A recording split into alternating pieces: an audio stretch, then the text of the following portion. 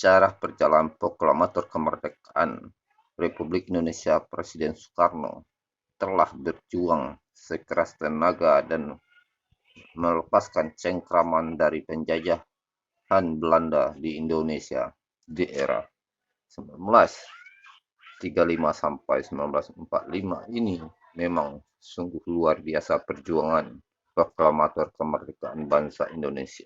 Setelah merdeka 1945, ada agresi Belanda kedua yang didikingi oleh Inggris masuk ke Surabaya. Pertempuran tidak terhindarkan di 10 November Surabaya, banyak menelan korban jiwa dan lain-lain. Setelah itu Inggris mundur, banyak pemberontakan ingin memisahkan diri dari Indonesia di Jawa Barat, Sumatera, Sulawesi Selatan, Maluku, termasuk Papua. Papua akhirnya direbut oleh Presiden Soekarno dari perjuangan Trikora itu untuk pembebasan Irian Barat dari cengkraman Belanda masuk ke pangkuan Ibu Pertiwi. Tidak gampang menjalankan pemerintahan di era kemerdekaan karena bangsa Indonesia baru merdeka seumur jagung ini memang super super lah, serba super untuk memperjuangkan mempertahankan kemerdekaan ini. Kita sebagai anak bangsa, Presiden Soekarno-Hatta haruslah kita ingat sepanjang sejarah berjalannya bangsa Indonesia telah membebaskan bangsa Indonesia dari penjajahan Belanda selama 350 tahun menduduki bangsa Indonesia. Itu bukannya waktu singkat dalam memperjuangkan. Timbullah 1928 adalah Sumpah Pemuda. Bersatulah pemuda dari Sabang sampai Merauke untuk memperjuangkan melawan penjajahan, membebaskan bangsa Indonesia dari penjajahan. Ini akhirnya berhasil. 1945 dibacakanlah Proklamasi Kemerdekaan Republik Indonesia 17 Agustus 45.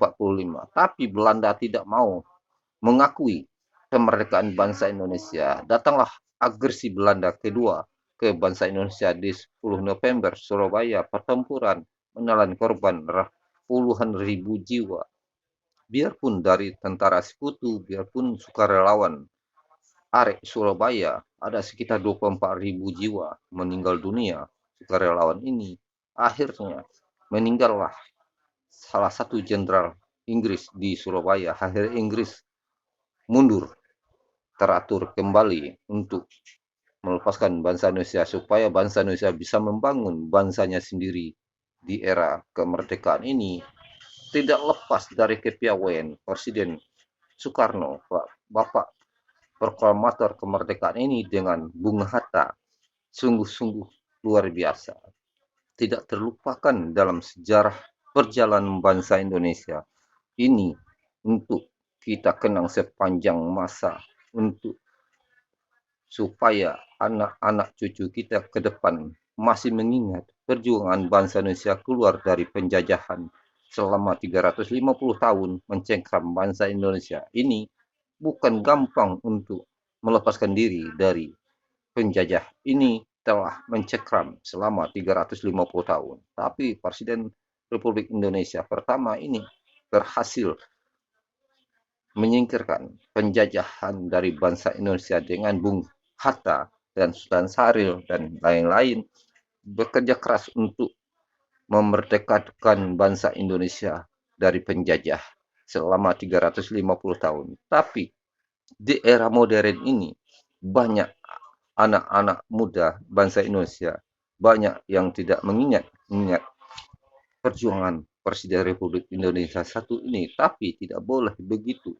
Anak-anak muda Indonesia harus mengingat jasa-jasa Presiden Republik Indonesia Soekarno telah memerdekakan bangsa Indonesia dengan Bung Hatta dan lain-lain. Bukan perjuangan yang gampang dalam perjalanan ini, tapi kita harus mengingat jasa-jasa Bung Karno dan Bung Hatta.